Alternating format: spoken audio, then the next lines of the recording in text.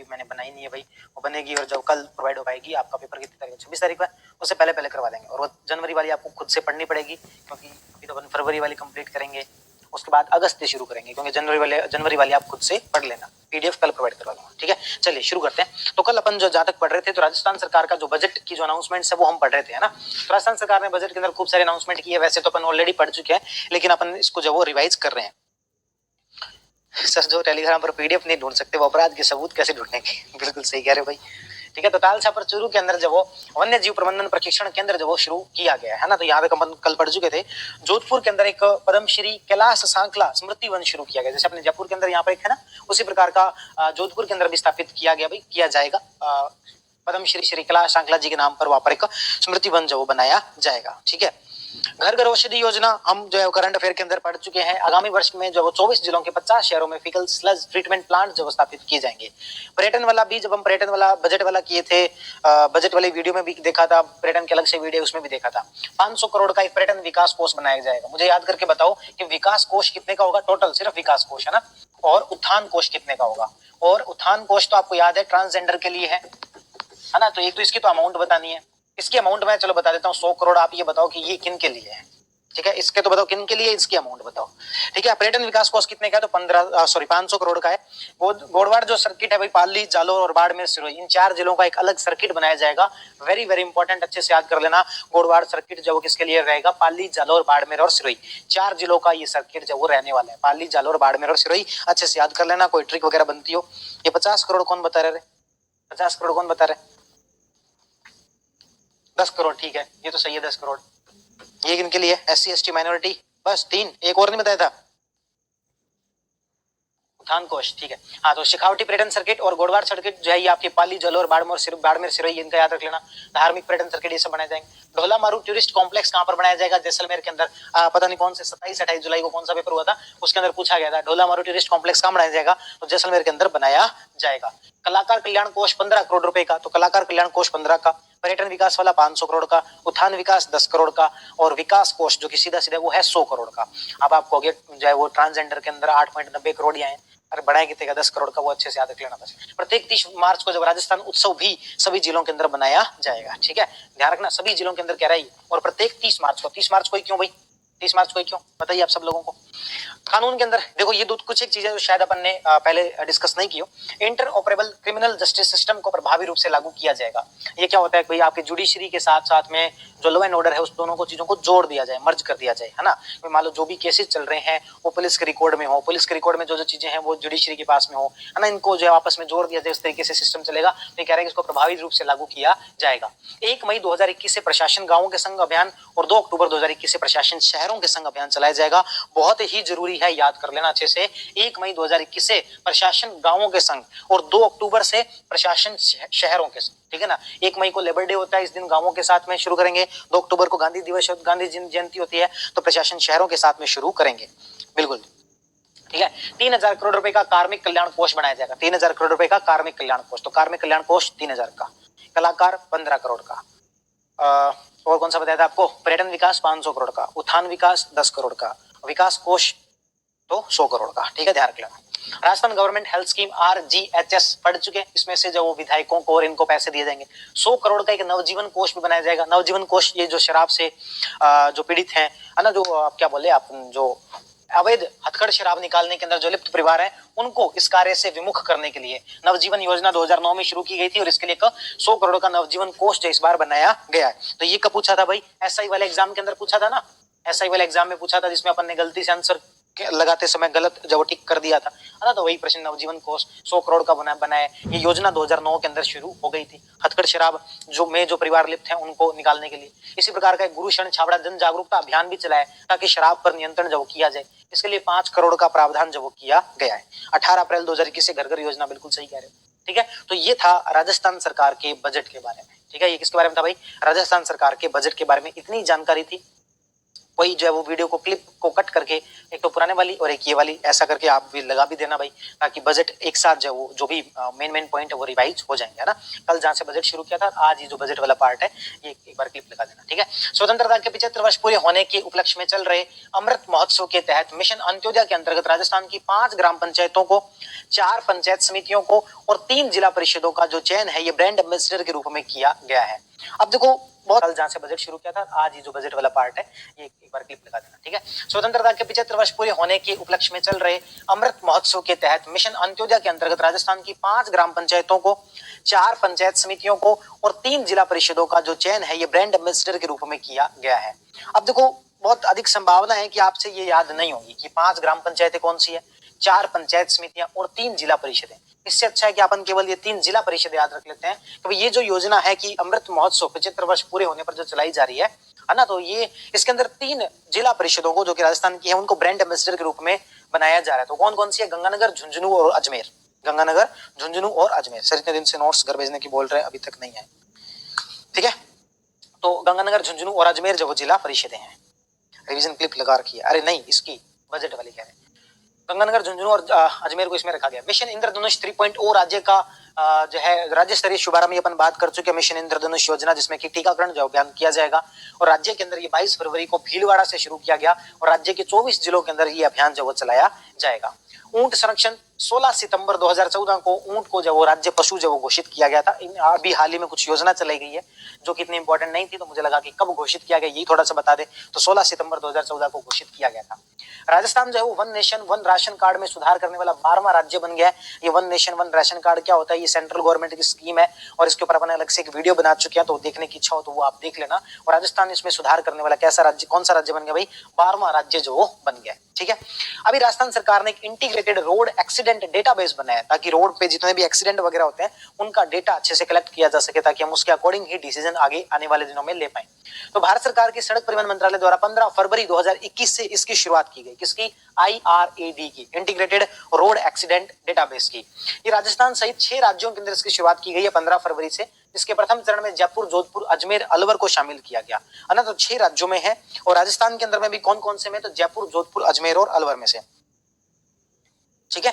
तो सर कह रहे कि भाई हमारे पास तो नोट्स आ गए हैं 100% सर्विस फॉर अपकमिंग एग्जाम, है ना। ये कह रहे हैं भाई आ गए हमारे पास तो नोट्स। तो जयपुर, जोधपुर, अजमेर और अलवर के अंदर जाइए शुरू किया जा रहा है। 15 मार्च 2021 से राजस्थान के प्रत्येक जिले में इसको शुरू कर दिया जाएगा। तो इंटीग्रेटेड रोड एक्सीडेंट डेटाबेस फरवरी के अंदर शुरू किया गया। पहले 6 राज्यों में किया गया, प्रथम चरण में 4 जिलों में किया गया। 15 मार्च से पूरे राजस्थान के अंदर इसको लागू कर दिया जाएगा। उद्देश्य क्या है? सड़क दुर्घटनाओं पर अंकुश लगाना। कैसे लगेगा? डेटाबेस अपने पास अच्छे से होगा तो उसके अकॉर्डिंग जो प्लान कर सकेंगे। राज्य आयुष नीति, देखो ये कुछ एक नीतियां हैं जो कि मैंने एक जगह पर लिख दी हैं। राज्य आयुष नीति कब आई? 9 फरवरी 2021 को। हस्तशिल्प नीति कब आई? 9 मार्च 2021 को। पर्यटन नीति कब आई? तो 9 सितंबर 2020 को, ठीक है। और अभी थोड़ी देर पहले अपन पढ़ रहे थे सौर ऊर्जा नीति कब आई? सौर ऊर्जा नीति 18 दिसंबर 2019 को। 18 दिसंबर 2019 को। अभी थोड़ी देर पहले अपन उस वीडियो में पढ़ रहे थे कि सौर ऊर्जा के अंदर राज्य राजस्थान जो है वो पहले नंबर पर आ गया है ना। तो हमारी जो स्थापित क्षमता है सौर ऊर्जा के अंदर वो पहले नंबर पर हो गई है और मुख्यमंत्री जी ने कहा कि इसका क्रेडिट हमारी सौर ऊर्जा नीति को जाता है जो कि कब आई? 18 दिसंबर 2019 को आई, ठीक है। इन 3 नीतियों के साथ में इको टूरिज्म पॉलिसी भी पड़ी थी, दैट इज जुलाई 2021 के अंदर आई थी, ठीक है। जनजातीय विद्यार्थियों के लिए कौशल प्रशिक्षण जो कार्यक्रम चलाया जाएगा। TAD ट्राइबल एरिया डेवलपमेंट और सीपेट जयपुर के बीच में एक समझौता हुआ है। सीपेट एक संस्था है, TAD एक संस्था है। TAD ट्राइबल एरिया डेवलपमेंट, इनके बीच में जनजातीय विद्यार्थियों के लिए कौशल प्रशिक्षण के लिए जो एक समझौता किया गया है, ठीक है। बिल्कुल भाई। अपन जो है वो RSLDC Rajasthan skill livelihood development corporation की 3 योजनाएं पढ़ी थी। इकोनॉमिक सर्वे के अंदर अपन पढ़ चुके हैं कि स्किल को बढ़ावा देने के लिए राजस्थान में कौशल को बढ़ावा देने के लिए इस संस्था ने 3 योजनाएं चलाई थी। तो याद रखना 3 योजनाएं चलाई थी और 3 फरवरी से चलाई थी। कब चलाई थी भाई? 3 फरवरी से 3 योजनाएं चलाई थी। एक तो ध्यान रख लेना इन तीनों का नाम क्या। आपसे प्रश्न कैसा पूछा जाएगा कि समर्थ, सक्षम और राजक्विक, इनका संबंध किससे है? तो इनका संबंध है वो कौशल से है। किसके द्वारा चलाई जा रही है? RSLDC से। कब से चलाई गई? 3 फरवरी से, ठीक है। तो समर्थ के अंदर तो क्या होगा? स्वरोजगार पर आधारित है, यानी कि सेल्फ एम्प्लॉयमेंट को बढ़ावा दिया जाए ऐसा इसमें प्रयास किया जाएगा। सक्षम के अंदर क्या? तो कौशल आधारित स्वयं का वो व्यवसाय जो वो चला सकें। पहले उनको कौशल दिया जाएगा और उसके अकॉर्डिंग वो खुद का व्यवसाय चला सके ऐसा प्रयास किया जाएगा। राजपूत के अंदर कौशल रोजगार प्रदान करना, कौशल दिया जाएगा उसके बाद में उनको रोजगार देने का प्रयास किया जाएगा, ठीक है भाई। तो ये तो स्वरोजगार पर आधारित कि वो खुद से ही काम जो चला सके, उसको थोड़े बहुत पैसे वैसे दे दिए दुकान चलाने के लिए। इसमें उसको दुकान चलाने भी नहीं आती है, उसके पास में जो है वो दुकान नहीं है, तो इसके लिए पहले जो उसको कौशल दिया जाएगा किसी प्रकार का खुद का काम करने के लिए। जैसे मैकेनिक का उसको काम सिखा दिया, अब अलग अलग जगह से मैकेनिक का काम जो वो कर सकता है अलग अलग कंपनी के साथ में, दुकानों के साथ मिलकर, तो स्वयं का व्यवसाय लगा सकेगा। राजगीत के अंदर पहले कौशल दिया जाएगा और फिर सरकार खुद जो उसको रोजगार प्रदान करेगी। ऐसे 3 अलग अलग उद्देश्यों के साथ में समर्थ, सक्षम और राजकीय की योजना चलाई गई है। कब से? 3 फरवरी से। किसके द्वारा? RSLDC के द्वारा। ठीक है, आगे बढ़े तो मारवाड़ क्षेत्रीय जनजाति विकास बोर्ड का जो गठन किया गया जोधपुर संभाग के एसटी समुदाय के उत्थान के लिए। ठीक है, तो कहां पर किया गया? तो ये ध्यान रख लेना भाई, जोधपुर के अंदर किया गया। कहां पर किया गया? जोधपुर के अंदर। एसआई में पूछा था, एसआई में पूछा था, बता रहा हूं मैं आपको। मारवाड़ क्षेत्रीय जनजाति विकास बोर्ड का गठन कहां पर किया गया था? जोधपुर के अंदर किया गया। एसआई में पूछा हुआ प्रश्न है। अब अगली बात क्या है? वैसे तो नाम से पता लग रहा है जनजाति विकास, यानी कि किन के डेवलपमेंट के लिए? तो एसटी समुदाय के डेवलपमेंट के लिए इसको शुरू किया गया है। कौन कौन इसकी जो है वो क्या होगा? इसके अंदर जो अध्यक्ष होंगे, सदस्य सचिव होंगे, 13 पदेन सदस्य होंगे, 6 जो समाज के प्रतिष्ठित लोग होंगे। एग्जैक्ट सारे के सारे नंबर याद करने की आवश्यकता नहीं है, एक मोटा मोटा आइडिया होना चाहिए कि भाई एक तो इसके अध्यक्ष होंगे, समाज के कुछ लोगों को भी शामिल किया गया, 13 इसके अलग मेंबर भी होंगे, ये सारी चीजें। संकल्प योजना भी बताई थी स्किल के लिए। ठीक है, मुख्यालय कहां पर होगा? तो जोधपुर के अंदर होगा। इसको चलाएगा कौन? अभी हमने बात की थी TAD, जनजातीय क्षेत्र विकास विभाग के द्वारा, ट्राइबल एरिया डेवलपमेंट के द्वारा चलाया जाएगा। किसको? मारवाड़ क्षेत्रीय जनजाति विकास बोर्ड को। आगे बढ़े, स्कॉच सिल्वर अवार्ड जो है ये स्वच्छ भारत ग्रामीण में राजस्थान के अच्छे प्रदर्शन के लिए राजस्थान को स्कॉच सिल्वर अवार्ड जो दिया गया। स्कॉच सिल्वर अवार्ड किस लिए दिया गया भाई? स्वच्छ भारत अभियान ग्रामीण के अंदर राजस्थान का जो प्रदर्शन है वो अच्छा रहा है, इसलिए ये अवार्ड जो दिया गया है। ग्रीन एग्री प्रोजेक्ट 3 स्टार लगा लेना। आई थिंक आज पूछा भी था क्या? ग्रीन एग्री प्रोजेक्ट 3 स्टार लगा लेना। ये जो है वो FAO की सहायता से है ना। FAO एक अंतरराष्ट्रीय संस्था है। FAO की ग्लोबल एनवायरनमेंट फैसिलिटी के तहत इसको वित्त पोषित किया जा रहा है। 7 वर्षीय प्रोजेक्ट है जो कि 30 करोड़ रुपए व्यय इसमें किए जाएंगे और बाड़मेर और जैसलमेर में इसका फायदा मिलेगा। ध्यान रखना भी क्या है? ग्रीन एग्री प्रोजेक्ट, यानी कि एग्रीकल्चर को बढ़ावा दिया जा सके, वहां पर ग्रीनरी को बढ़ावा दिया जा सके। सबसे ज्यादा एग्रीकल्चर या ग्रीनरी की आवश्यकता कहां पर है? तो बाड़मेर और जैसलमेर। तो केवल 2 जिलों के अंदर चल रहा है, बाड़मेर और जैसलमेर। कितने समय तक चलेगा? 7 वर्षों तक चलेगा। 30 करोड़ रुपए इसमें खर्च होंगे। कौन करेगा खर्च? FAO करेगा। FAO की एक फैसिलिटी होती है ग्लोबल एनवायरनमेंट, है ना, वो एनवायरनमेंट पर खर्च करते हैं, तो वो फैसिलिटी के तहत पैसा जो इसमें, तो ठीक है, उस फैसिलिटी के तहत इसमें पैसा जो खर्च किया जाएगा। एक बार बताना जरा, लाइव चल रहा है क्या? मुझे लग रहा है कोई प्रॉब्लम तो नहीं आ गई कहीं। ठीक है, तो ग्रीन एग्री प्रोजेक्ट के तहत FAO के द्वारा 30 करोड़ रुपए 7 वर्षीय प्रोजेक्ट के रूप में बाड़मेर और जैसलमेर के अंदर खर्च किए जाएंगे। ठीक है, फूड कार्ड देखो, अब देखो एक ना अभियान चलाया गया। कभी जो गरीब लोग होते हैं ना, ये जो भीख मांगते हैं, है ना, फिर उनको वो पूछते हैं कि आप भीख क्यों मांगते? बोलते खाना खाने के लिए पैसे नहीं है। तो सरकार ने कहा कि एक NGO है, उसने कहा कि भाई आप एक अभियान चलाओ कि इनको ना पैसे मत दो, इनको भोजन दे दो, पैसा दे दो। तो बोले पैसा कैसे दें? सॉरी, इनको जो भोजन कैसे दें? तो भोजन के लिए ना फूड कार्ड सरकार ने जो लॉन्च किया है, तो फूड कार्ड उनको दे देंगे। वो व्यक्ति जब वो दुकान वाले के पास जाएगा और फूड कार्ड उसको पकड़ाएगा और दुकान वाला उसको पैसे जो भोजन जो वो दे देगा। लेकिन हम भारत के अंदर क्या जुगाड़ बहुत चलते हैं। आप फूड कार्ड दे के देख लो उनको, थोड़े दिनों के अंदर वो दुकान वाले से सेटिंग कर लेगा कि मैं जो 5 फूड कार्ड लेके आऊंगा, यानी कि 20-20 रुपए का फूड कार्ड है तो 100 रुपए बने, तो मेरे को बस 60 रुपए दे देना, 40 रुपए तू रख लेना, भले 80 रुपए दे देना, 20 रुपए तू रख लेना। इस आधार पर भी सेटिंग कर लेंगे और ये योजना फिर से जो फेल कर देंगे। लेकिन कुल मिलाकर फूड पार्क क्या है भाई? फूड कार्ड क्या है? तो राज्यपाल द्वारा 20 फरवरी को इसका विमोचन किया गया। एक संस्था है जिसका नाम है आंचल। क्या नाम है? आंचल। इसने कहा कि भोजन दो भीख नहीं, क्या तो भाई भोजन दो भीख नहीं। इसके तहत में ये फूड कार्ड जो चलाए गए हैं, इसमें रुपए की जगह पर क्या दिया जाएगा? फूड कार्ड जो वो दिया जाएगा। प्लस पोलियो अभियान प्रदेश में 31 जनवरी 2021 को इसका शुभारंभ किया गया। ध्यान रखना, तारीख याद रख लेना, 31 जनवरी 2021 को इसका शुभारंभ किया गया। 31 जनवरी को जो राष्ट्रीय पोलियो प्रतिरक्षण दिवस भी होता है ना, नेशनल पोलियो इम्यूनाइजेशन डे भी होता है। कब? 31 जनवरी को। पोलियो रविवार भी बोलते हैं इसको, क्या बोलते हैं? पोलियो रविवार। इसमें 5 वर्ष तक की आयु के बच्चे को जब दवा पिलाई गई और ये प्लस पोलियो अभियान था। कब से शुरू किया गया? 31 जनवरी 2021 से इसको शुरू किया गया।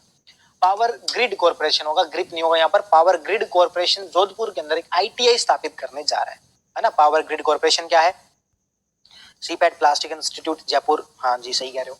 पावर ग्रिड कॉर्पोरेशन क्या है? तो एक आपके यहाँ पर महारत्न कंपनी है, जोधपुर के अंदर एक ITI बनाएंगे। IIT नहीं बनाएंगे, ITI बनाएंगे। राज्यपाल कलराज मिश्र ने अभिभाषण में संविधान की प्रस्तावना और मूल कर्तव्यों का वाचन किया। आपको पता है कि जैसे प्रेसिडेंट जब एक स्पेशल एड्रेस देता है, वैसे ही गवर्नर भी स्पेशल एड्रेस देता है ना, अभिभाषण देता है ना। आर्टिकल 87 के अंदर प्रेसिडेंट का स्पेशल एड्रेस दिया गया है, वैसे ही राज्यपाल भी देता है, गवर्नर भी देता है। इस बार जब गवर्नर कलराज मिश्र अपना स्पेशल एड्रेस दे रहे थे, उसके अंदर उन्होंने संविधान की प्रस्तावना पढ़ी। हम भारत के लोग हैं तो प्रस्तावना पढ़ी और कर्तव्य, मूल कर्तव्य, फंडामेंटल ड्यूटीज जो है, जो कि आर्टिकल 51A या फिर हमारे पार्ट 4A के अंदर जोड़े गए, उनका भी वाचन किया। और देश के इतिहास में से पहली बार हुआ कि राज्यपाल ने सदन में प्रस्तावना का पाठ किया। ठीक है, चिंतामणि, इनके कुत्ते के, कौन से कुत्ते को गोद लिया? चिंतामणि। बुक कौन सी लॉन्च की थी इन्होंने? मैं निमित्त मात्र, ऐसा करके ना। चलिए भी, ये आपको देखने को मिलेगा। इन्होंने जो यहाँ पर कलराज मिश्र है, इन्होंने यहाँ पर प्रस्तावना का पाठ किया।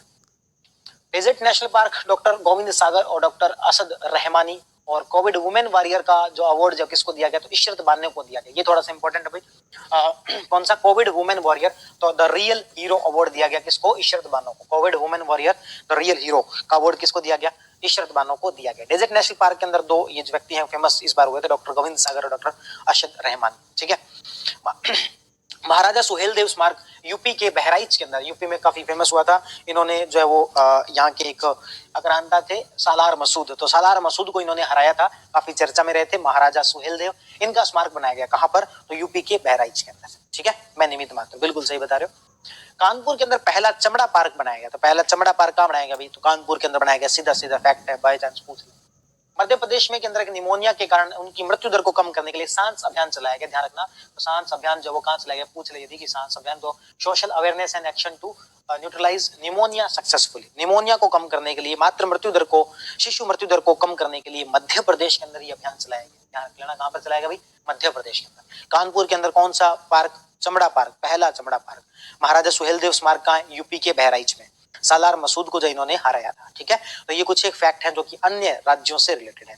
इसके साथ हमारा राज्य परिदृश्य जो वो हो गया कंप्लीट। देश का पहला लेदर पार्क देखो कानपुर के रमीरपुर गांव के अंदर इस प्रकार का लेदर पार्क जो स्थापित किया जा रहा है। ठीक है, एक और है क्या? पेपल कंपनी ने भारत में घरेलू भुगतान कारोबार बंद करने की घोषणा की है। तो भाई ध्यान रखना, पेपल कंपनी ने कहा कि हम यहाँ पर इस प्रकार का कारोबार जो नहीं करेंगे। भाई हाल ही में सितंबर के अंदर फोर्ड कंपनी ने भी ऐसी घोषणा की है, तो ये भी थोड़ा सा ध्यान रख लेना। तो सितंबर के अंदर फोर्ड कंपनी ने भी ऐसी घोषणा की। कुछ एक विज्ञान में प्रौद्योगिकी के बारे में पढ़े, तो Arjun MK-1 tank, Arjun MK-1 tank ये डीआरडीओ के द्वारा निर्मित किए गए। इनको हंटर किलर टैंक के नाम से भी जाना जाता है। किस नाम से भाई? हंटर किलर नाम से जाना जाता है। इसमें जो 54.3% स्वदेशी सामग्री यूज की गई है। पहले आई थिंक 31% के आसपास की जाती थी, अब इसको बढ़ा दिया और 54% के आसपास, 54% के आसपास की गई है। अर्जुन MK-1 टैंक किसके द्वारा निर्मित किया गया? डीआरडीओ के द्वारा। हंटर किलर टैंक के नाम से भी जाना जाता है। यह है अर्जुन MK-1 टैंक। ठीक है, इसको हंटर किलर टैंक के नाम से भी जाना जाता है। किसने बनाया भाई? डीआरडीओ ने बनाया है। ठीक है, एक होता है नेट वायर। ये नेट वायर क्या है? तो एक प्रकार का मालवेयर है। मालवेयर क्या होता है? तो भाई जो कि मालसीसियस सॉफ्टवेयर होते हैं ना, जो कि आपके सिस्टम के अंदर किसी प्रकार की नई प्रॉब्लम क्रिएट कर सकते हैं, तो वो मालवेयर कहलाते हैं। ऐसे सॉफ्टवेयर है ना, तो मालसीसियस सॉफ्टवेयर। तो एक सॉफ्टवेयर ऐसे मालवेयर का नाम है, उसका नाम क्या है? Net wire. ठीक है, ये एक प्रकार का रिमोट एक्सेस ट्रोजन है। तो रिमोट एक्सेस ट्रोजन क्या होता है? वैसे तो आपने सेंसेक में पढ़ा ही होगा। तो रिमोट के थ्रू जो आपके सिस्टम की एक्सेस ले लेता है ना, और चिप की जो अपनी सारी इंफॉर्मेशन जो चिप जो वो निकालता रहता है। तो इस प्रकार का एक मालवेयर काफी चर्चा में था, उसका नाम क्या है? तो नेट वायर। पूछ ले नेट वायर का संबंध से किससे है? तो क्या तार के माध्यम से नेट पहुंचाने से क्या नाम है? तो ये किससे रिलेटेड है? एक मालवेयर एक प्रकार का। ग्लोबल इनोवेशन इंडेक्स 2021 में इंडिया की रैंक 46 हो गई। बिल्कुल लूट लिया सर पेपल को। कैसे लूट लिया भाई पेपल को? स्कॉर्पियन श्रेणी की तीसरी पनडुब्बी आईएनएस करंज जो है वो अब लॉन्च की गई है। इससे पहले आईएनएस खंडेरी और आईएनएस कलवरी, आपको पता ही होगा स्कॉर्पियन सीरीज के तहत टोटल 6 हमारी जो है पनडुब्बी बनाई जा रही है ना। तो ये स्टील्थ टेक्नोलॉजीज के अंदर लगी रहती है। एक प्रोजेक्ट है 75, उसके तहत बनाई जा रही है। स्वदेशी रूप से बन रही है, हालांकि फ्रांस इसमें टेक्नोलॉजिकल सपोर्ट कर रहा है, लेकिन स्वदेशी इस प्रकार की बन रही है। इसके अंदर जो है वो ऊपर यानी कि ऊपर धरातल पर आकर वापिस फिलअप करने की आवश्यकता नहीं रहती है। तो स्कॉर्पियन श्रेणी की तीसरी पनडुब्बी है आईएनएस करंज। इससे पहले खंडेरी और कलवरी भी लॉन्च की जा चुकी है। ठीक है, इसके तहत आने वाली और कौन सी है? वेला है, वगीर है। टोटल इसके अंदर 6 होने वाले हैं। टोटल कितने होने वाले? 6 होने वाले। वेला और वगीर अभी होगी। खंडेरी, कलवरी और करंज वो हो चुकी है। ये है आईएनएस करंज। कौन से भाई? करंज। क्या है ये? पनडुब्बी है, स्कॉर्पियन पनडुब्बी है, स्कॉर्पियन श्रेणी की है करंज। ठीक है, एशिया एनवायरमेंटल। अब हम आगे हैं पुरस्कार और सम्मान पर। ठीक है, किस पर आगे? पुरस्कार और सम्मान पर। एशिया एनवायरमेंटल एनफोर्समेंट अवार्ड ये किसके द्वारा दिया गया? तो यूएनईपी के द्वारा ना। तो यूएनईपी एनवायरमेंट के सेक्टर में काफी बड़ी संस्था है यूएनईपी, उसके द्वारा ये एशिया एनवायरमेंट एनफोर्समेंट अवार्ड दिया गया कि आपने यहाँ पर कई सारी चीजों में एनवायरमेंटल जो क्लोज है उनका अच्छा एनफोर्स किया, अच्छा पालन जो यहाँ पर करवाया है। तो ये यूएनईपी के द्वारा दिया गया और WCCB wild life crime control bureau को दिया गया। तो भारत में किसको दिया गया? WCCB wild life crime control bureau को यह अवार्ड दिया गया। प्राणी मित्र पुरस्कार तो ये भारतीय जंतु कल्याण बोर्ड को दिया गया। ठीक है, सॉरी, भारतीय जंतु कल्याण बोर्ड, आपके animal welfare board of India के द्वारा दिया जाता है प्राणी मित्र अवार्ड। क्यों पढ़ रहे हैं प्राणी मित्र अवार्ड? क्योंकि जयपुर के मनीष सक्सेना को यह अवार्ड मिला है और उदयपुर के श्यामलाल चौबीसा को यह अवार्ड मिला है। ठीक है, तो मनीष सक्सेना जयपुर के और श्यामलाल चौबीसा उदयपुर के, इन दो लोगों को प्राणी मित्र अवार्ड दिया गया। किसके द्वारा? Animal welfare board of India के द्वारा। और एक हमने पढ़ा एशिया एनवायरमेंटल एनफोर्समेंट अवार्ड, जो कि यूएनईपी के द्वारा WCCB wild life crime control bureau को जब दिया गया। ठीक है, उसके बाद हैदराबाद को जब वो tree city of the world, very very important, इसके जो आप 3 स्टार लगा लेना, है ना, ये कोई अच्छा फैक्ट है। Tree city of the world का दर्जा किसको दिया गया? तो हैदराबाद को दिया गया। इस प्रकार की जो है ये एक जो सारणी है किसने बनाई है? तो FAO और आर्बल डे फाउंडेशन है, उन्होंने मिलकर बनाई है। और ये भारत का पहला एकमात्र ट्री सिटी ऑफ इंडिया है ना, तो ये इसको ट्री सिटी ऑफ वर्ल्ड का दर्जा दिया गया और ये भारत का पहला है जिसको ये दर्जा दिया गया है। फेमिना मिस इंडिया 2020 का अवार्ड जो तेलंगाना की मानसा वाराणसी ने जीता। पिछले वर्ष राजस्थान की सुमन राव ने जीता था। तो आप देख सकते हो भाई, तेलंगाना की बीच में बोर हो गए हो तो तेलंगाना की मानसा वाराणसी, है ना, तो ये मिडिल में जो है मानसा वाराणसी, उनको ये अवार्ड दिया गया फेमिना मिस इंडिया अवार्ड। पिछले वर्ष किसको मिला था? राजस्थान की सुमन राव को मिला था। ठीक है, और एक हमने क्या पढ़ा? Tree city of the world किसको दिया? कौन सी सिटी को घोषित किया गया? हैदराबाद को किया गया। ठीक है, हैदराबाद को किया गया। और किसने किया है? तो FAO और आर्बल डे फाउंडेशन ने किया है और ये देश की पहली ट्री सिटी है। ठीक, आगे बढ़ते हैं खेल की तरफ। अवार्ड के अंदर महत्वपूर्ण जानकारी यही थी। आगे बढ़ते हैं तो खेल की तरफ चलते हैं। खेल के अंदर इस बार जो है आपके फरवरी के अंदर क्या हुआ भाई? ऑस्ट्रेलियन ओपन हुआ। सबसे पहली जानकारी टेनिस के बारे में। टेनिस के बारे में अपन ऑलरेडी पढ़ चुके हैं, इसलिए मैं आपको यहाँ पर रिवाइज करवा देता हूँ कि अभी हम करंट में तो क्या पढ़ रहे हैं? ऑस्ट्रेलियन ओपन, जो कि कहाँ पर कब हुआ? जनवरी फरवरी के अंदर होता है। इसकी सतह कैसी होती है? तो हार्ड होती है। यहाँ पर डे नहीं आएगा, इसके अंदर क्ले आएगा, ऐसे आएगा भाई, क्ले आएगा। ठीक है, तो इसकी सतह कैसी होती है? तो हार्ड होती है। इसमें कौन जीता? इसमें जोकोविच जीते। कौन जीते? नोवाक जोकोविच। और महिलाओं के अंदर कौन जीते? तो ओसाका। महिलाओं के अंदर ओसाका। तो याद रखने के लिए मैंने बताया था, A से A याद रख लेना। ऑस्ट्रेलियन ओपन के अंदर कौन जीते? ओसाका। ठीक है, ऑस्ट्रेलियन ओपन के अंदर ओसाका। उसके बाद फ्रेंच ओपन जो कि मई जून के अंदर होता है, इसकी सतह कैसी होती है? तो क्ले होती है। इसके अंदर भी पुरुषों में कौन जीता? तो जोकोविच जीते। इसमें कौन जीते? महिलाओं के अंदर तो बारबोरा फ्रैक्ची। इसमें भी आप F से जो F याद रख लेना। फ्रेंच ओपन के अंदर कौन जीती? तो फ्रैक्ची जीती। ठीक है, उसके बाद होता है विंबलडन, ये जो है जून जुलाई के अंदर होता है। इसकी सतह कैसी होती है? तो ग्रास होती है, घास वाली होती है।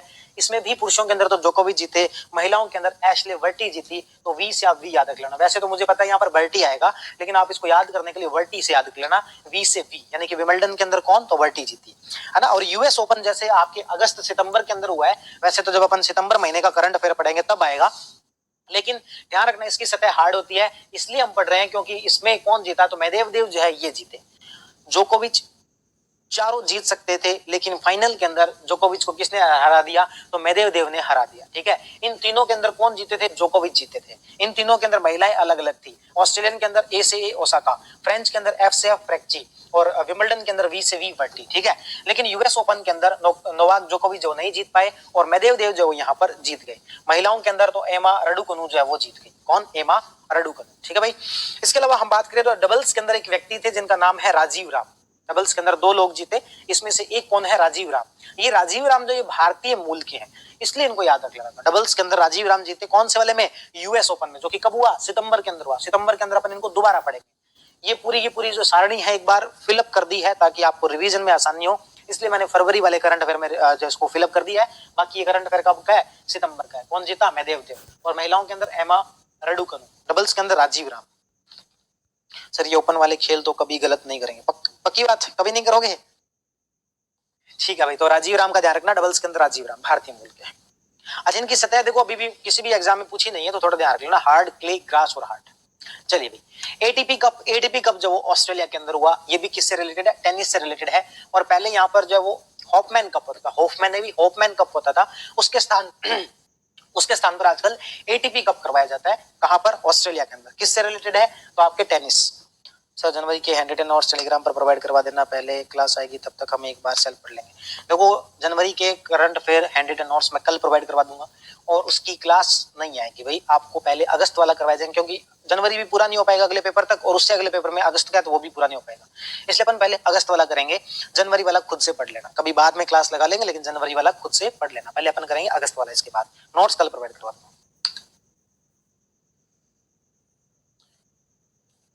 सर करंट में तो पेपर को फोड़ देंगे, और नारे पेपर मत फोड़ना, अपने ध्यान से अच्छे से कर लेना, बोले ढंग से भर लेना, कहीं पेपर फाड़ दो, ऐसे मत करना।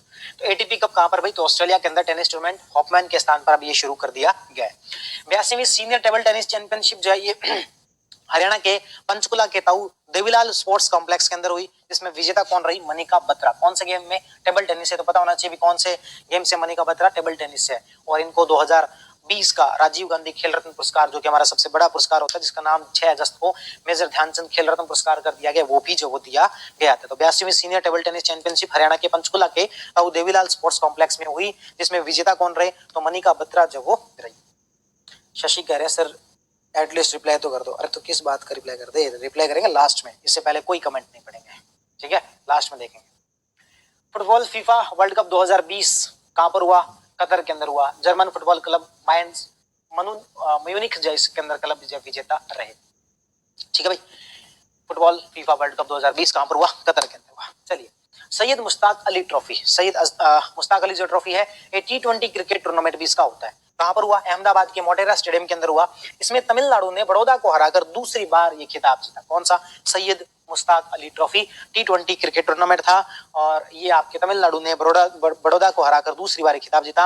अहमदाबाद के मोटेरा स्टेडियम के अंदर ये हुआ था भाई।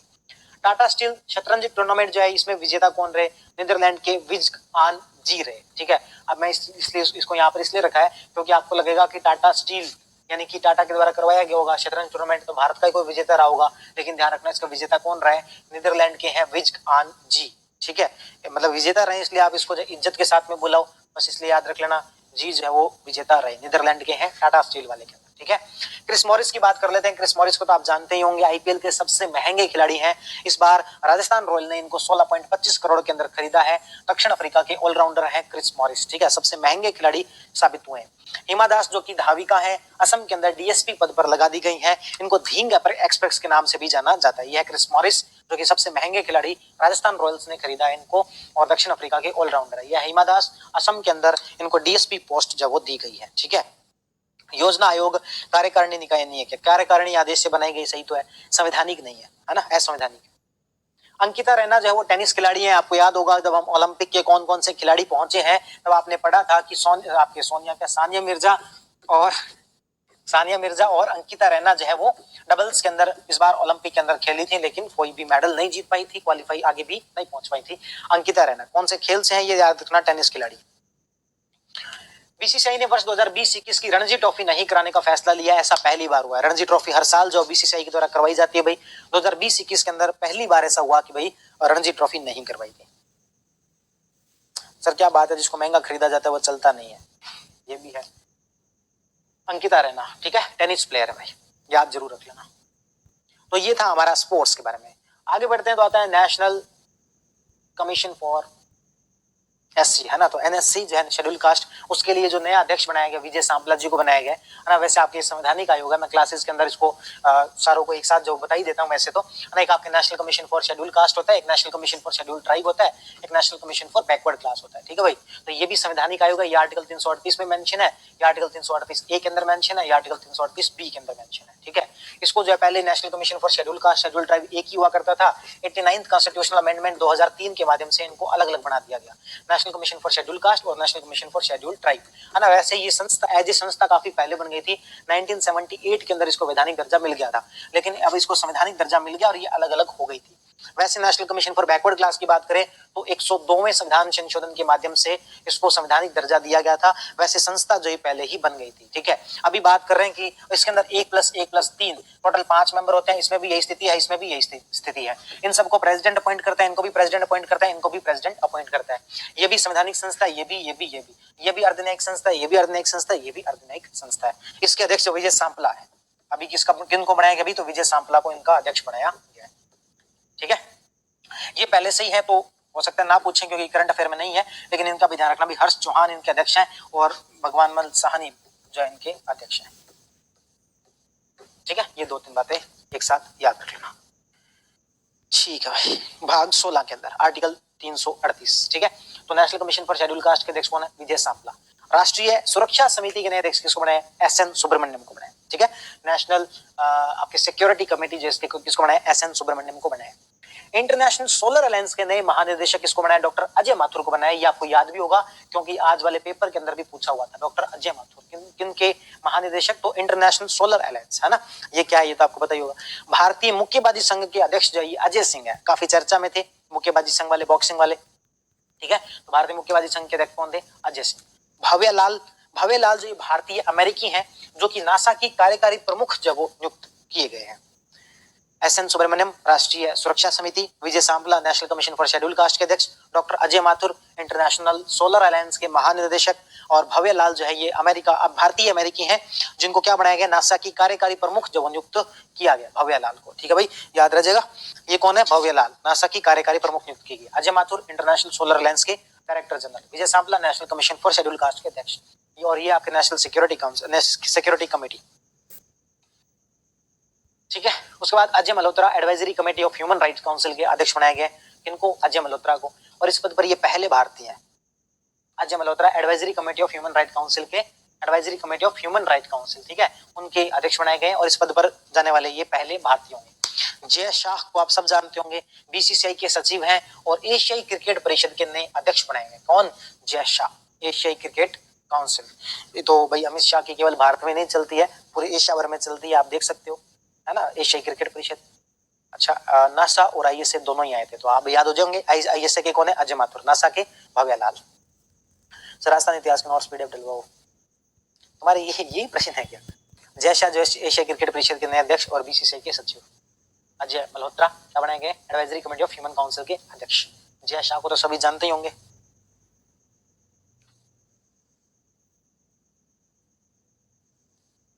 ठीक है भाई। नगोजी ओंकोजो ये जो डब्ल्यूटीओ की महानिदेशक जिनको बनाया गया, डब्ल्यूटीओ की महानिदेशक डायरेक्टर जनरल बनी है कौन? नगोजी ओंकोजो। इस पद पर ये पहली महिला होंगी। आज तक डब्ल्यूटीओ की डायरेक्टर जनरल के रूप में किसी भी महिला को नहीं बनाया गया, पहली बार नगोजी ओंकोजी जो है ये इस पद पर बैठेंगी और इस पद पर ये पहली महिला होंगी। इसके साथ साथ पहली अफ्रीकी भी कोई होंगी। अफ्रीका के अंदर से कोई पुरुष या कोई महिला डब्ल्यूटीओ के डायरेक्टर जनरल जो वो नहीं बने हैं। नगोजी ओंकोजी इस पद पर पहली महिला होंगी और पहले अफ्रीकी होंगे। सर हमने ओलंपिक पैरालंपिक की करंट वाली क्लास में देख ली, आपने जो यूट्यूब पर डाली थी वीडियो बेसिक, वो क्लास लेना जरूरी है, देख लो क्या दिक्कत पड़ रही है। ठीक है, नाइजीरिया की। हाँ तो ये कहां से भाई? नगोजी ओंकोजो नाइजीरिया की। नगोजी ओंकोजो देख लेना भाई, नाइजीरिया से कहां से? अफ्रीका की है, बस इतना ध्यान रख लेना, अफ्रीका की पहली भी है और इस पद पर भी पहली महिला है ये नगोजी ओंकोजो। जेफ बेजोस जो है अमेजन के संस्थापक ने कंपनी के सीईओ पद से जब इस्तीफा दे दिया हाल ही में। आकांक्षा अरोड़ा संयुक्त राष्ट्र महासचिव पद के लिए इन्होंने दावेदारी पेश की, बन नहीं गई है, केवल दावेदारी पेश की है नाइजीरिया। और दावेदारी पेश करने वाली पहली महिला है कौन? आकांक्षा अरोड़ा। ठीक है, जेफ बेजोस को तो आप जानते ही होंगे। आकांक्षा अरोड़ा जो इन्होंने संयुक्त राष्ट्र महासचिव पद के लिए दावेदारी पेश की। हमारे जो टेक्नीशियन है जो कि सर अंकोजो का प्रश्न आया था, इनके कंट्री का नाम पूछा था। अच्छा आज वाले पूछा था क्या? नाइजीरिया से भैया, नाइजीरिया से। अच्छा आज वाले पूछा था, कंट्री का नाम पूछा था, इसमें ऐड कर लेना भी यहाँ पर नाइजीरिया से। डब्ल्यूटीओ की महानिदेशक बनी है, इस पद पर पहली महिला है, पहली अफ्रीकी। ठीक है, तो आकांक्षा अरोड़ा संयुक्त राष्ट्र महासचिव के पद के लिए दावेदारी इन्होंने पेश किया है और दावेदारी पेश करने वाली पहली महिला है। हमारी जो टेक्निकल टीम है ये भी जो सब लोगों के ऐसे फोटो डालने, किनके डालने किनके नहीं डालने अच्छे से पता है इनको। उसके बाद भाई साइंस सिटी तो देहरादून के अंदर बनेगी। साइंस सिटी कहाँ बनेगी? देहरादून के अंदर। पहली ट्री सिटी कौन सी है? हैदराबाद है। विश्व का सबसे बड़ा पवन ऊर्जा संयंत्र कहाँ बन रहा है? विश्व का, हम यहाँ पर बात कर रहे हैं विश्व का, तो विश्व का सबसे बड़ा पवन संयंत्र ऊर्जा कहाँ पे बन रहा है? दक्षिण कोरिया के अंदर बन रहा है। अभी कुछ वन लाइनर है सिर्फ और सिर्फ, है ना। पहला एनर्जी आइलैंड कहाँ बन रहा है? तो डेनमार्क के अंदर बन रहा है। पहला एनर्जी आइलैंड जो कहाँ बन रहा है? डेनमार्क के अंदर। कोटिया क्लस्टर आंध्र प्रदेश और उड़ीसा के अंदर एक विवादित गांव है। चलो आज इतना ही पढ़ेंगे, और पढ़ने का मन नहीं है। आपके 5 मिनट में कमेंट पढ़ लेता हूँ, है ना। उसके बाद आई थिंक कुछ रहा नहीं, इसमें 2-4 फैक्ट बचे, अपना कंप्लीट हो जाएगा। अगली वीडियो में अगस्त महीने से शुरू करेंगे। ठीक है, तो इसलिए प्लीज कोई ये फोन करके मैसेज करके मत पूछना, मैं यहीं पर बता देता हूँ नहीं हुआ है उसमें फाइनल सिलेक्शन, और जो विकास कुमार आपको दिखाई दे रहे हैं वो अपने वाला नाम नहीं है।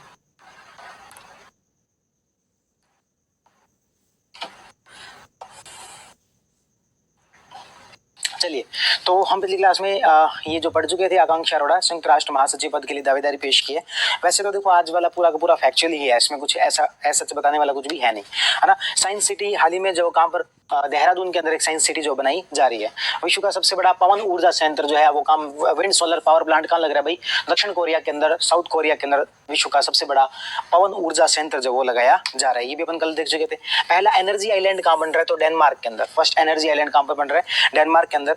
कोटिया क्लस्टर ये क्या है? आंध्र प्रदेश और उड़ीसा में आजकल कुछ एक गाँव के अंदर विवाद जो चल रहा था, उसमें से कोटिया क्लस्टर, ये गाँव कह सकते हैं या फिर कुछ गाँवों का क्लस्टर है, ठीक है, जो कि काफी विवादित चल रहा है, ठीक है। तो जैसे आप ये यहाँ पर दिखाई देगा आपको, उड़ीसा और आंध्र प्रदेश के बीच में ये गांव है। वैसे तो इतना कोई डिटेल में पूछे जाने की संभावना कम ही है, पर सामान्यतः पूछ लिया जाता है कि भाई कौन से कहाँ पर ये स्थित है। तो कोटिया क्लस्टर जो है ये उड़ीसा और आंध्र प्रदेश के बीच में उनके बॉर्डर पर स्थित गांव है, ठीक है। चलिए, पहला एनर्जी आइलैंड डेनमार्क के अंदर, कोटिया क्लस्टर जो आंध्र प्रदेश में, उड़ीसा में विवादित गांव है। विश्व आर्द्रभूमि दिवस कब मनाया जाता है? तो 2 फरवरी को वर्ल्ड वेटलैंड डे मनाया जाता है। ध्यान होगा आपको, यदि 2 फरवरी को जो वहाँ पर रामसर जो आर्द्रभूमि है वो वाला जो है वो 2 फरवरी को ही हुआ था, ठीक है। ठीक है, तो थीम इसकी क्या है? Wetland and water. और कब बनाया गया? तो 2 फरवरी को बनाया गया। यह है फर्स्ट एनर्जी आइलैंड जो कि कहाँ बनाया गया है? डेनमार्क के अंदर बनाया गया है। ये कोटिया डिस्प्यूट उड़ीसा और आंध्र प्रदेश के बीच में रहता है। जम्मू कश्मीर ने बाढ़ पूर्वानुमान के लिए ब्रिटेन की अंतरिक्ष एजेंसी से सहयोग किया है। ब्रिटेन की जो अंतरिक्ष एजेंसी है उसके सहयोग के साथ में बाढ़ का पूर्वानुमान जो अब किया जाएगा, ठीक है। कहाँ पर किया जाएगा? जम्मू कश्मीर में। इसी प्रकार का हमने एक चीज जो असम के अंदर और पढ़ी थी, कमेंट सेक्शन में बताओ जरा, असम में ऐसा हमने क्या पढ़ा था भाई? असम में भी कोई चीज हमने पढ़ी थी इसी प्रकार की, ठीक है। तो जम्मू कश्मीर बाढ़ पूर्वानुमान ब्रिटेन की एक अंतरिक्ष एजेंसी से सहयोग कर रही है। कौन सी गवर्नमेंट? तो जम्मू कश्मीर। उसके बाद स्वदेशी मानचित्रण हेतु एक समझौता किया गया इसरो के बीच में और सीईओ इन्फो सिस्टम कंपनी है, जिसके द्वारा मैप माई इंडिया ऐप जो चलाई जाती है। मैप माई इंडिया ऐप के अंदर कि जो स्वदेशी मानचित्रण को बढ़ावा दिया जा सके, इसके लिए इसरो ने इस कंपनी के साथ में समझौता किया है। ये ऐप किसकी है? तो इस कंपनी की है, ठीक है ना, मैप माई इंडिया ऐप, ठीक है। चलिए भाई, इसरो के द्वारा और भी कुछ किए गए चीजें क्या है? देखो, 3 अलग अलग प्रकार के प्रोजेक्ट चल रहे हैं। एक चल रहा है भुवन, जिससे कि जियो टैगिंग की जाती है, जो कि आपने जो मनरेगा के जो कार्य है आपने पढ़ा था कभी, जियो टैगिंग आजकल की जाती है। कौन सा कार्य किया है, कौन सा कार्य नहीं किया है, तो इसकी एक एक काम को जो है वो इंटरनेट के माध्यम से ऑब्जर्व किया जाता है। तो उसके लिए क्या किया जाता है? जियो टैगिंग की जाती है। तो कौन सा प्रोजेक्ट है वो है भुवन, ठीक है। उसके बाद एक प्रोजेक्ट है जिसका नाम है वेदास। तो आप थोड़ा सा इसमें याद रखने के लिए कर सकते हो कि वेद यानी कि शिक्षा से संबंधित होते थे। तो इसरो का प्रोजेक्ट है जो कि शिक्षा शोध से संबंधित है, जिसका नाम क्या रखा है इन्होंने? वेदास। इसी प्रकार से मॉसडेक एक पोर्टल है जो कि मौसम से रिलेटेड है, तो ये भी बहुत आसानी से याद रह सकता है, मौस से मौसम, ठीक है। तो ये इसरो के द्वारा 3 प्रोजेक्ट चलाए गए। एक का नाम है भुवन जो कि जियो टैगिंग से रिलेटेड है, एक है वेदास जो कि शिक्षा शोध से संबंधित है, एक है मॉसडेक जो कि मौसम संबंधित है, ठीक है। और इसका एक मैप माई इंडिया ऐप के साथ, कंपनी के साथ जो है वो समझौता हुआ है स्वदेशी मानचित्रण के लिए, ठीक है। विश्व सतत शिखर विकास शिखर सम्मेलन टेरी की ओर से आयोजित रहता है, वर्चुअली इस बार ये हुआ है, ठीक है। वैसे ज्यादा इंपॉर्टेंट नहीं है, टेरी एक एनजीओ है, टेरी क्या भाई? एक एनजीओ है, उसके द्वारा ये शिखर सम्मेलन जो वो करवाया जाता है। बहुत सारे इन दिनों में युद्ध अभ्यास हुए हैं। ये अपन कौन से महीने का पढ़ रहे हैं? फरवरी। तो फरवरी महीने में खूब सारे जो युद्ध अभ्यास हुए हैं, इन सब युद्ध अभ्यास को एक जगह पर देख लेते हैं। एक है युद्ध अभ्यास 20 जो कि किन किन के बीच में हुआ है? तो भारत और यूएसए के बीच में ये अभ्यास हुआ है। तो ये जो पूछे जाते हैं भाई, एटलीस्ट कौन से देशों के बीच में हुआ, इतना अपने को जरूर याद रहना चाहिए। और यदि ये युद्ध अभ्यास राजस्थान में कहीं हुए हैं तो कहां पर हुए हैं ये भी हमें याद रखना चाहिए। तो युद्ध अभ्यास 20 जो ये भारत और यूएसए के साथ में हुआ है, भारत और यूएसए के बीच में है। और इसलिए भी इंपॉर्टेंट है क्योंकि बीकानेर के महाजन फील्ड रेंज के अंदर हुआ है। कहां पर हुआ है? बीकानेर के महाजन फील्ड रेंज के अंदर। जैसा कि आप लोगों को पता होगा, अभी जो एक एग्जाम हुआ था ना कॉलेज लेक्चरर वाला, उसमें डेजर्ट नाइट का पूछा था कि डेजर्ट नाइट जो वो कहां पर हुआ था? तो जोधपुर के अंदर हुआ था, है ना। क्या सारे याद करने हैं क्या? तो नहीं भाई, सारे याद नहीं करने, जो राजस्थान के अंदर हुआ है केवल वही याद करने हैं। तो युद्ध अभ्यास जो कहां पर ये हुआ है? तो ये बीकानेर के अंदर हुआ है। कौन कौन से देशों के बीच में? तो भारत और यूएसए के बीच में। 2004 से इसकी शुरुआत हुई थी और ये 16वां वार्षिक द्विपक्षीय अभ्यास है, ठीक है। उसके बाद आता है ट्रोपेक्स 21। ट्रोपेक्स तो theatre level operational readiness exercise. तो भारतीय नौसेना का सबसे बड़ा द्विवार्षिक अभ्यास है। भारतीय नौसेना खुद से ही करती है, किसी दूसरे देश के साथ नहीं होता, खुद के द्वारा भारतीय नौसेना के द्वारा किया जाने वाला अभ्यास है, जिसका नाम क्या है? ट्रोपेक्स 21। और ये ट्राई सर्विस कमान इसके अंदर शामिल होती है। ट्राई सर्विस यानी कि तीनों सेनाओं के कुछ कुछ हिस्से जो इसके अंदर शामिल होते हैं। तो ट्रोपेक्स 21 भारतीय नौसेना के द्वारा किया जाता है। उसके बाद सी विजिल, तो ये भी भारतीय नौसेना द्वारा पूरे समुद्र तट और द्वीपीय क्षेत्रों के साथ में सुरक्षा को एंश्योर करने के लिए सी विजिल किया जाता है। तो सी से याद रह जाएगा समुद्र, विजिल यानी कि विजिलेंस, ठीक है। तो पूरे समुद्री जो अपनी सीमा रेखा है, जो बाउंड्री है, उसकी सुरक्षा के लिए सी विजिल अभ्यास किया जाता है। किसके द्वारा? तो भारतीय नौसेना के द्वारा। एक है एमफैक्स 21, तो ये सी विजिल का ही त्रिसेवा का पार्ट है, जो कि संयुक्त जल थल नभ युद्धाभ्यास होता है। तो एमफैक्स 21 हम कह सकते हैं कि ये इसी का ही एक पार्ट है। उसके बाद एक आता है कवच, तो ये संयुक्त बल कमान द्वारा अंडमान निकोबार में किया जाता है। तो कुल ज्वाइंट फोर्स कमांड के द्वारा, कुल मिलाकर जो तीनों चारों पड़े ये हमने भारत के द्वारा खुद से ही किए जाते हैं, किसी दूसरे देश के साथ में नहीं किए जाते हैं। ठीक है, कौन कौन से? ट्रोपैक्स 21, सी विजिल, एमफैक्स और कवच। ठीक है, जबकि युद्ध अभ्यास भारत और यूएसए के बीच में किया जाता है, बीकानेर के महाजन फील्ड के अंदर करते 2004 में इसकी शुरुआत हुई थी। डेजर्ट फ्लैग 6 की बात करें तो इसमें यूएसए, भारत, फ्रांस, दक्षिण कोरिया, बहरीन और ये खूब सारे इसमें देश शामिल है। ये फारस की खाड़ी में हुआ था। कौन सा भाई? Desert flag 6। तो डेजर्ट फ्लैग 6 को अपने वाले जो डेजर्ट नाइट है इससे कंफ्यूज मत होना। डेजर्ट फ्लैग 6 जो इसमें भारत भी शामिल था और ये फारस की खाड़ी में हुआ था, जबकि जो डेजर्ट नाइट है ये भारत और फ्रांस की वायुसेना के बीच में हुआ। भारत और फ्रांस की वायुसेना के बीच में डेजर्ट नाइट हुआ, जो कि कहां पर हुआ? जोधपुर में हुआ। कॉलेज लेक्चरर वाले में सिर्फ ये पूछा था कि डेजर्ट नाइट 21 हुआ कहां पर? तो जोधपुर में। आपसे पूछा जा सकता है किन किन के बीच में? तो भारत और फ्रांस के बीच में। उनके बीच में भी कौन से? तो वायुसेना के बीच में ये हुआ था। ठीक है, भारत श्रीलंका संयुक्त युद्धाभ्यास में सूर्य किरण, सारंग 8, तेजस ये लड़ाकू विमान जो हमने भेजे हैं। अभी देखो, नोबेल शांति पुरस्कार के लिए कुछ लोगों को नामित किया गया, नॉमिनेट किया गया। कोई मिल नहीं गया इनको नोबेल पुरस्कार, बस इनको नामित किया गया। किन किन को? ग्रेटा थनबर्ग काफी ज्यादा चर्चा में रही थी, क्लाइमेट एक्टिविस्ट है ना, और डोनाल्ड ट्रंप, कोवैक्स कार्यक्रम, और नॉर्वे के एलेक्सी नोवेल्नी, इन चारों को जो है इसके अंदर नामित किया गया था। ठीक है, तो कोवैक्स कार्यक्रम आपको पता ही है, डब्ल्यूएचओ के द्वारा चलाए जाने वाला प्रोग्राम है, जिसके तहत कोविड वैक्सीन जो वो प्रोवाइड करवाई जाती है। और घाना ऐसा पहला अफ्रीकी देश था जिससे कि ये वैक्सीन जो प्रोवाइड करवाई गई। ठीक है, अभी तक भारत में स्वीकृत कोरोना वैक्सीन, ये थोड़ी सी अपन बात कर लेते हैं कि कौन कौन सी वैक्सीन है भारत के अंदर जिसको स्वीकृति मिल गई है कि आप इसका यूज कर सकते हो। इसमें से अभी जो इसमें दे रखा है वो है कोविशील्ड। ठीक है, एक बार अपन सारी देख लेते हैं। देखो कौन कौन सी वैक्सीन है। एक है वैक्सीन जिसका नाम है कोविशील्ड, जो कि किसने बनाई है? तो ऑक्सफोर्ड और एस्ट्राजेनेका के द्वारा बनाई गई। किसके द्वारा? ऑक्सफोर्ड और एस्ट्राजेनेका के द्वारा बनाई गई है। भारत में सीरम इंस्टीट्यूट के द्वारा बनाई गई है। Serum institute of India Pune के अंदर जो है ना, पूना वाला अपन ने पढ़ा था, उनके द्वारा ये भारत के अंदर बनाई जा रही है। वैसे ही वैक्सीन बनाई किसने ओरिजिनली? तो ऑक्सफोर्ड और एस्ट्राजेनेका ने। ठीक है, किस प्रकार की वैक्सीन है? इसके अंदर एक एडिनो वायरस जो है, इसके अंदर क्या डाला जाता है भाई? एडिनो वायरस डाला जाता है। तो weekend version of adeno virus इसके अंदर डाला जाता है। कितना इफेक्टिव है? 74% इफेक्टिव है। कितने टेम्परेचर पर रखना होता है? तो 2 डिग्री सेल्सियस पर ये रखना होता है कोविशील्ड। इसके साथ में एक वैक्सीन है कोवैक्सीन, जो कि भारत के द्वारा स्वदेशी रूप से विकसित है। भारत बायोटेक और ICMR, Indian council of medical research और भारत बायोटेक के द्वारा शुरू की गई है। इसके अंदर जो इनएक्टिव वायरस डाला जाता है, ये आपसे एसआई के अंदर पूछा गया था, किस प्रकार का वायरस जो इसके अंदर डाला जाता है? ध्यान रखना, किल्ड वायरस या फिर इनएक्टिव वायरस जो इसके अंदर डाला जाता है। जबकि इसके अंदर क्या होता है? तो एडिनो वायरस होता है ना, जो सामान्य कोल्ड वाला जो वायरस है तो एडिनो वायरस होता है, इसमें इनएक्टिव वायरस डाला जाता है। इसकी इफेक्टिवनेस 78% है। ये 2 से 8 डिग्री टेम्परेचर पर काम करता है और ये पहली स्वदेशी वैक्सीन है, भारत के द्वारा बनाई गई ये पहली स्वदेशी वैक्सीन है। उसके बाद स्पुतनिक 5, ये आपको सबको पता है कि रशिया के द्वारा तैयार की गई है। रशिया के अंदर कौन सी कंपनी? तो मॉस्को एंड ये जो ग्लेमाली इंस्टीट्यूट है उसके द्वारा तैयार की गई है। इसमें किस टाइप का वायरस होता है? तो इसमें कोल्ड टाइप जो वायरस, यानी कि जो फीवर सामान्य जो कोल्ड होता है उस टाइप का वायरस इसके अंदर डाला जाता है। ये भी 2 से 8 जो है सेंटीग्रेड के तापमान पर काम करती है। ये 21 डेज के गैप में लगाई जाती है। इसमें गैप काफी कम है भाई, 21 दिन के गैप में दूसरी जो वैक्सीन है वो लगाई जाती है। एक है मॉडर्ना, तो मॉडर्ना ये सिप्ला को भारत के अंदर अनुमति मिली है मॉडर्ना वैक्सीन की।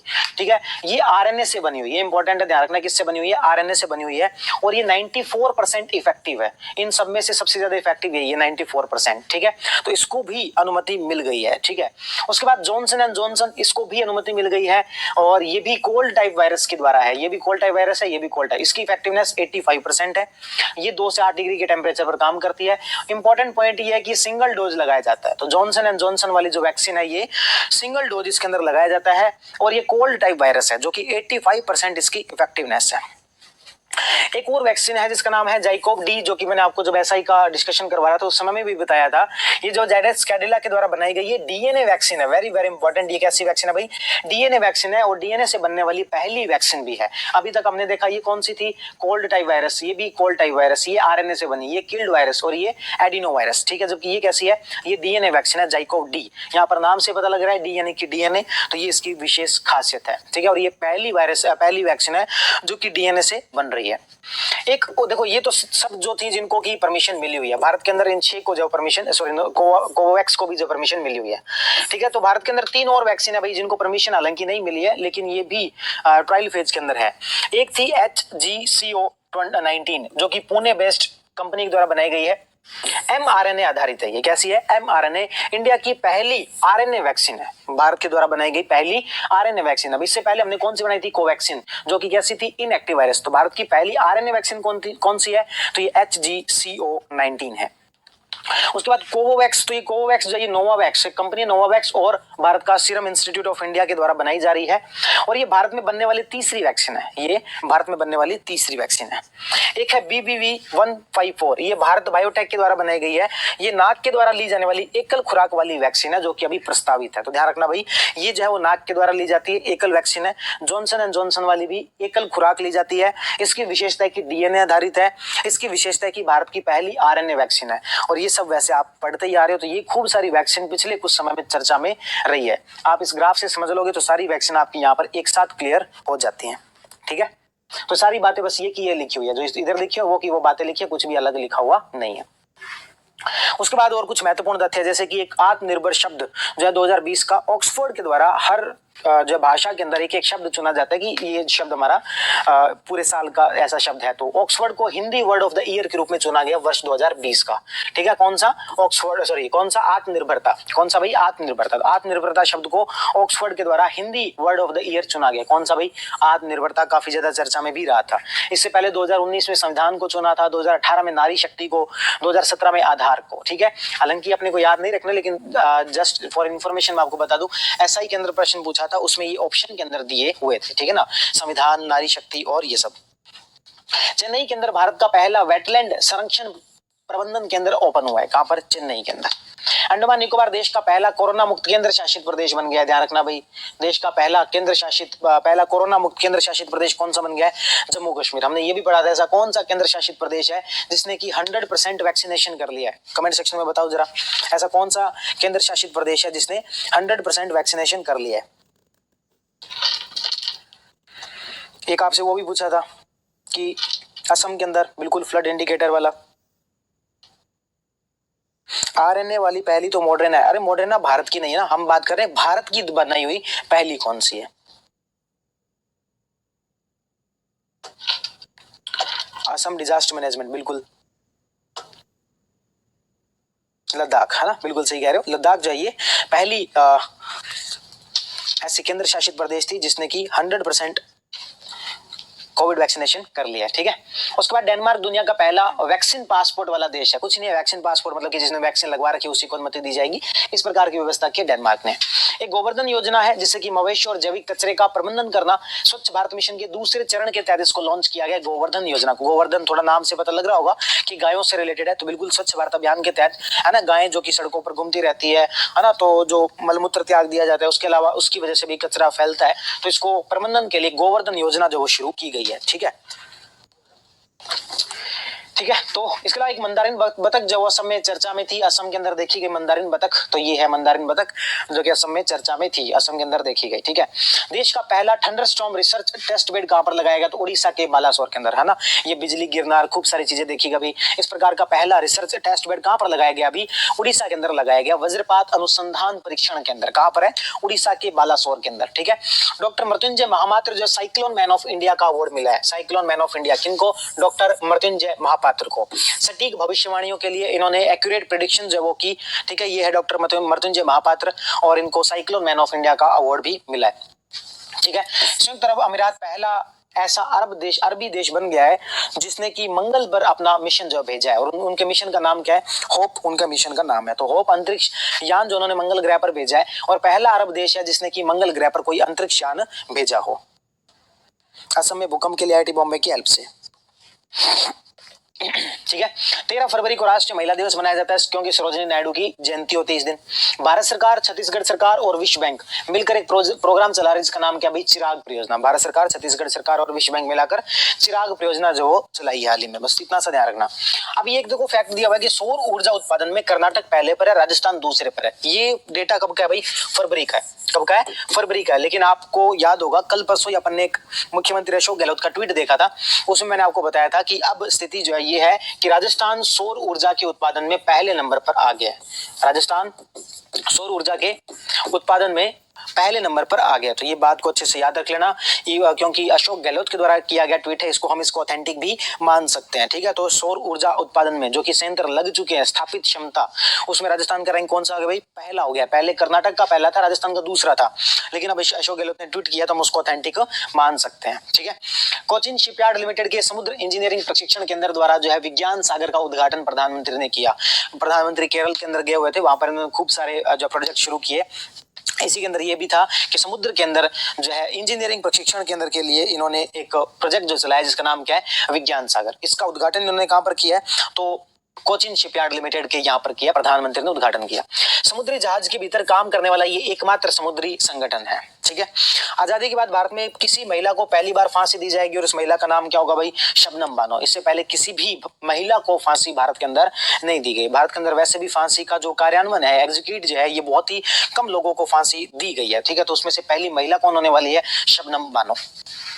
संदेश नाम का एक जो वो मैसेजिंग प्लेटफॉर्म जो बनाया गया, जैसे आपके व्हाट्सएप होता है उसी प्रकार से गवर्नमेंट ने एक इंस्टेंट मैसेजिंग प्लेटफॉर्म जिसका नाम क्या रखा है, संदेश। क्या नाम रखा भाई, संदेश। क्या ये एक इंस्टेंट मैसेजिंग प्लेटफॉर्म है जो कि राष्ट्रीय सूचना विज्ञान केंद्र के द्वारा विकसित किया गया। इससे क्या हो सकेगा, दो अधिकारी आपस के अंदर मैसेज भेजने के लिए इनका यूज कर सकेंगे। व्हाट्सएप की बजाय इसका यूज किया जा रहा है। ये काफी पहले चर्चा में था कि भाई व्हाट्सएप पर ये डेटा लीक करते हैं तो क्यों ना भारत का खुद का एक मैसेजिंग प्लेटफॉर्म जो होना चाहिए, तो इसीलिए संदेश ये जो बनाया गया। नासा का जो परसिवरेंस जो रोवर है, ये मंगल ग्रह पर सुरक्षित रूप से उतरा है। आई थिंक किसी पेपर में पूछा भी गया था ना, तो ये ध्यान रखना भी, नासा का जो मंगल ग्रह पर सुरक्षित रूप से उतारा है। पाकिस्तान सरकार ने गुलाबी नमक या फिर सेंधा नमक या फिर हिमालयन नमक को वहां पर जीआई टैग जो वो दिया। अपने यहाँ पर भी जीआई टैग होते हैं, जैसे बीकानेर भुजिया को मिला हुआ है, राजस्थान के अंदर 15 उत्पादों को मिला हुआ है, वैसे जीआई टैग होते हैं। तो पाकिस्तान सरकार ने एक जीआई टैग दिए भैया, गुलाबी नमक, सेंधा नमक, इन सबको दिया है। भीमबेटका तो सबसे पुराने जानवर का जीवाश्म जो वो भीमबेटका के अंदर प्राप्त हुई, आपको फोटो देख के पता लगेगा। बहुत पुराने किसी जानवर का जो है वो जीवाश्म प्राप्त हुए, कहां से, भीमबेटका से। कहां पड़ता है भीमबेटका, तो ये मध्य प्रदेश के अंदर पड़ता है। खेलो इंडिया यूनिवर्सिटी गेम जो ये पहला उड़ीसा की भुवनेश्वर में हुआ था, अभी दूसरा कहां पर होने वाला है, कर्नाटक के अंदर होने वाला है। स्पोर्ट्स एंड योगा क्लास में यदि क्लास ली है तो आपको पता होगा भारत के अंदर अलग अलग प्रकार के खेल चलते हैं। जैसे खेलो इंडिया यूथ गेम होता है, उसी प्रकार से खेलो इंडिया यूनिवर्सिटी गेम भी होता है। ये यूनिवर्सिटी गेम जो पहला कहां पर हुआ, तो उड़ीसा के भुवनेश्वर में। अभी दूसरा कहां पर होने जा रहा है, कर्नाटक के बेंगलुरु के अंदर दूसरा खेलो इंडिया यूनिवर्सिटी गेम होने जा रहा है। और खेलो इंडिया यूथ गेम कितनी बार हो चुके हैं, 4 बार। पहला नई दिल्ली, दूसरा पुणे, तीसरा गुवाहाटी और चौथा पंचकुला हरियाणा, जो कि हमने देखा था अब अगले साल होगा, जिसका शुभंकर क्या रख दिया गया, धाकड़। मध्य प्रदेश में एक शहर है होशंगाबाद, उसका नाम बदलकर कर दिया गया भाई नर्मदापुरम। ठीक है ना, तो होशंगाबाद का नाम बदल के क्या कर दिया, नर्मदापुरम जो वो कर दिया गया है। सिंधु नेत्र और ब्राजील का अमेजोनियन 1 का प्रक्षेपण जो 19 उपग्रहों के साथ किया गया। ये अपन पढ़ चुके थे, साइंस एंड टेक जब पढ़ रहे थे तब अपन बात कर चुके थे, है ना। सिंधु नेत्र और ब्राजील का कौन सा अमेजोनिया 1 किसके साथ में भेजा गया, PSLV C51 के साथ में भेजा गया। टोटल उस समय में 19 उपग्रह भेजे गए थे, जिसमें से एक सिंधु नेत्र भी था। किसके द्वारा भेजा गया, NSIL, new space India limited. ये क्या है, तो ये इसरो का एक वाणिज्यिक संगठन है। प्रक्षेपण इसका जो वो किया गया। सिंधु नेत्र क्या भाई, जैसा कि नाम से पता लग रहा है, नेत्र यानी कि किसी ना किसी को क्या करेगा, विजिलेंस करेगा। तो यह उपग्रह हिंद महासागर के युद्ध पोतों में निगरानी रखने का काम जो वो करेगा, सिंधु नेत्र। कुल जब 19 उपग्रह भेजे गए, उसमें से एक ब्राजील का है अमेजोनिया 1, एक भारत का बहुत फेमस जो है वो कौन सा, सिंधु नेत्र। इसके साथ साथ में श्रीमद भगवत गीता और प्रधानमंत्री मोदी की तस्वीर भी अंतरिक्ष में जो वो भेजी गई। अमेजोनिया 1 तो ब्राजील का पहला उपग्रह जो कि भारत ने भेजा है, और ये एक ऑप्टिकल अर्थ ऑब्जर्वेशन सैटेलाइट है। घाना दुनिया का पहला देश जिसने की कोवैक्स पहल से कोविशील्ड जो प्राप्त की है, अपन थोड़ी देर पहले बात कर रहे थे, इसको नोबेल पुरस्कार, शांति पुरस्कार के लिए भी नॉमिनेट किया गया है। क्या है ये कोवैक्स पहल, तो कोवैक्स पहल के तहत जो है वैक्सीन भेजने का काम किया जाता है, और ये WHO के द्वारा शुरू की गई, और घाना पहला देश होगा जिसको इसके तहत जो वो वैक्सीन मिलने वाली है। ऋषिकेश के अंदर अंतर्राष्ट्रीय योग महोत्सव जब वो किया गया। डेजर्ट फ्लैग 6 का अभ्यास तो अपन ऑलरेडी पढ़ चुके हैं। इंडोनेशिया के माउंट सिनमुंग में ज्वालामुखी विस्फोट इन दिनों में हुआ था। अपन ने बात की थी पिछली बार, पोलार्ड एक ऐसे खिलाड़ी बन गया जिन्होंने लगातार 6 सिक्स एक ओवर में लगाए। तो पोलार्ड ने जब 6 छक्के लगाए उसके बाद जो बॉलर थे वो थे श्रीलंका के, जिनका नाम क्या था, अकीला धनंजय। ये अकीला धनंजय बॉलिंग कर रहे थे तो 6 बॉल में 6 छक्के पोलार्ड ने लगा दिए। उसके बाद जब दोबारा ओवर लेके आए तो पहली बॉल पर फिर से इनके 6 पड़ गया। टोटल इन्होंने 7 बॉल में 7 छक्के खाए हैं और ऐसा करने वाले ये पहले बॉलर भी बन गए। तो कहाँ के, ये श्रीलंका के हैं, ये अकीला धनंजय, जिन्होंने 7 बॉल में 7 जो 6 खाए हैं भाई। हिंद महासागर के अंदर नेशनल इंस्टीट्यूट ऑफ ओशनोग्राफी द्वारा पहली जीनोम मैपिंग परियोजना जो चलाई जा रही। जीनोम मैपिंग परियोजना जिसमें कौन कौन से जानवर हैं, इनके जीनोम के अंदर क्या क्या क्वालिटीज हैं, वो सब जो देखी जाएगी। 23 मार्च को आपको सबको पता है शहीद दिवस होता है ना, भगत सिंह राजगुरु और उनको जो फांसी दी गई थी। लेकिन शहीद दिवस के साथ साथ ध्यान रखना इसका नाम सर्वोदय दिवस भी होता है। बाई चांस आपसे पूछ लिया जाए सर्वोदय दिवस कब होता है तो ध्यान रखना सर्वोदय दिवस भी इसका नाम होता है। शहीद दिवस भी होता है और सर्वोदय दिवस भी होता है। कब मनाया जाता है? ये 23 मार्च को मनाया जाता है। भारत की पहली भूतापीय विद्युत परियोजना तो ये पूर्वी लद्दाख के पुंगा गांव के अंदर बात कर चुके हैं, है ना। बांग्लादेश की पहली ट्रांसजेंडर एंकर कौन बनी है? तशरुआ बनी है। तो इतना भी कोई इंपॉर्टेंट नहीं है, लेकिन कोई फैक्ट था, थोड़ा सा अजीबोगरीब फैक्ट, आरपीएससी का थोड़ा इंटरेस्ट रहता है इनमें। तो ये बांग्लादेश की पहली ट्रांसजेंडर एंकर बनी है भाई। दिल्ली में पहला वर्चुअल स्कूल जो इन दिनों में खोला गया, वर्चुअल स्कूल जिसमें ऑनलाइन ही पढ़ाई जो इसके अंदर करवाई जाएगी। यह है तशरुआ जो कि बांग्लादेश की पहली ट्रांसजेंडर एंकर है। योगासन जो है उसको खेलो इंडिया यूथ गेम के अंदर शामिल कर लिया गया। खेलो इंडिया यूथ गेम, अभी अपन ने बात की कि 4 बार खेलो इंडिया यूथ गेम जब हो चुके हैं, इसमें इस बार जो है योगासन को भी शामिल कर लिया गया। जम्मू कश्मीर का बड़गाम जिला देश का पहला टीबी मुक्त जिला जो बन गया। अपन ने खूब सारी बातें पढ़ ली, एक जैसे कि बड़गाम ये क्या देश का पहला टीबी मुक्त जिला है। एक अपन ने पढ़ा था गोवा, वो क्या था भाई? देश का पहला रेबीज मुक्त राज्य था। एक अपन ने पढ़ा जम्मू कश्मीर, ये क्या है? ये देश का पहला कोविड फ्री केंद्र शासित प्रदेश है। ठीक है। लद्दाख जो कि 100% कोविड वैक्सीनेशन जहां पर हो गया वो है। इंदौर 100% कोविड वैक्सीनेशन होने वाला शहर है। ठीक है। तो ऐसी कुछ एक चीजें अपन ने पढ़ी। तो ये फरवरी महीने का इतना ही करंट अफेयर था और यहीं पे आपकी चीजें समाप्त हो जाती है। अगली क्लास के अंदर अपन जो अगस्त महीने का करंट अफेयर पढ़ना शुरू करेंगे। एक बार मैं कुछ कमेंट है तो आपको ले लेता हूँ। यूपीएससी का रिजल्ट, बिल्कुल भाई यूपीएससी का रिजल्ट आ गया है और उसमें सिलेक्शन नहीं हुआ है। जो आप देख रहे होंगे विकास कुमार, तो वो अपना नाम नहीं है सर जी। यूपीएससी रिजल्ट आया है, नहीं हुआ है भाई। ठीक है।